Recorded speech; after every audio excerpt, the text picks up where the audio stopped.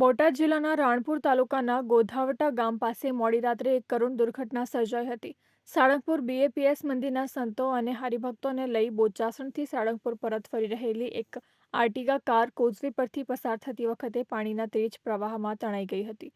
આ ઘટનામાં ડ્રાઈવર દિવ્યેશ પટેલના 10 વર્ષીય પુત્ર પ્રબુદ્ધ કાછિયા સહિત 2 વ્યક્તિના મોત થયા છે, જ્યારે સાળંગપુર બીએપીએસ મંદિરના સંત શાંતિ ચરિત સ્વામી હજુ પણ લાપતા હોવાનું જાણવા મળ્યું છે. કારમાં કુલ 7 લોકો સવાર હતા, જેમાં સાળંગપુર બીએપીએસ મંદિરમાં સંત અપૂર્વ પુરુષ સ્વામી અને શાંતિચરિત સ્વામી તેમજ હરિભક્તો વિવેક કાપડિયા, નિકુંજ સોજિત્રા, કાર ચાલક દિવ્યેશ પટેલ, કૃષ્ણકાંત પંડ્યા અને પ્રબુદ્ધ કાછિયાનો સમાવેશ થાય છે.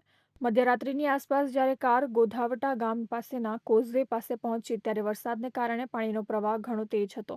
તેમ છતાં ડ્રાઈવર દિવ્યેશ પટેલે કાર પાણીના પ્રવાહમાં ચલાવવાનો પ્રયાસ કરતા કાર તણાઈ ગઈ હતી. આ દુર્ઘટનામાં અપૂર્વ પુરુષ સ્વામી વિવેક કાપડિયા, નિકુંજ સોજિત્રા અને કાર ચાલક દિવ્યેશ પટેલ પાણીમાંથી બહાર આવી જતા તેમનો આબાદ બચાવ થયો હતો. જોકે શાંતિચરિત સ્વામી, કૃષ્ણકાંત પંડ્યા અને 10 વર્ષનું બાળક પ્રબુદ્ધ કાછિયા પાણીના તેજ પ્રવાહમાં તણાઈ ગયા હતા. ત્યારબાદ કૃષ્ણકાંત પંડ્યા અને પ્રબુદ્ધ કાછિયાના મૃતદેહ મળ્યા છે, જ્યારે શાંતિચરિત સ્વામીની શોધખોળ ચાલુ હોવાનું જાણવા મળ્યું છે. ઘટના સ્થળેથી સ્વામીના ચંપલ મળ્યા છે, જે દર્શાવે છે કે તેઓ પણ આ પ્રવાહમાં તણાયા છે. આ ઘટનાની જાણ થતાં જ બરવાળા પ્રાંત અધિકારી, મામલતદાર અને પોલીસની ટીમ તાત્કાલિક સ્થળ પર પહોંચી હતી. નેશનલ ડિઝાસ્ટર રિસ્પોન્સ ફોર્સની ટીમ દ્વારા શાંતિચરિત સ્વામીને શોધવા માટે સઘન બચાવ કામગીરી હાથ ધરવામાં આવી છે. આ કરુણ ઘટનાથી સમગ્ર પંથકમાં શોકનું મોજું ફરી વળ્યું.